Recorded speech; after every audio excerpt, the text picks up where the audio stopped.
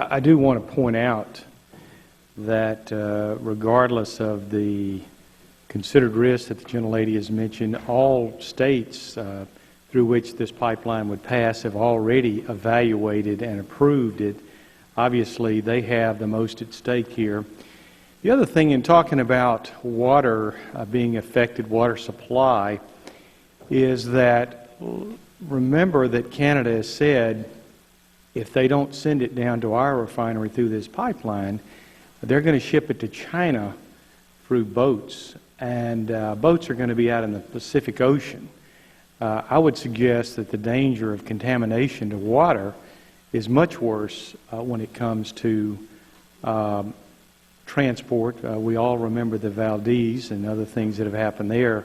I think pipes, particularly modern pipelining, has a much better safety record.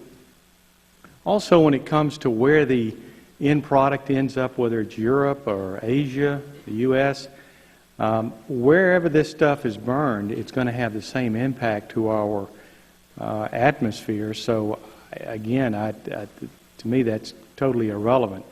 And finally, I just don't understand, Mr. Chairman, because all the way up to the Secretary of State, this thing has been studied and approved and studied and approved.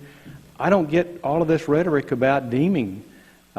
This thing has been approved. The only thing holding it back is the President himself.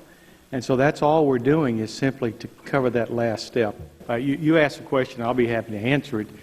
To me, 2,500 or 4,000 jobs or 200,000, that's still more than we're producing today.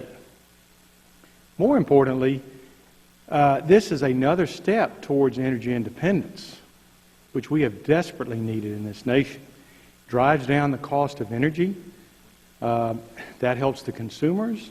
It helps industry. It helps commerce. So that's an easy question to answer.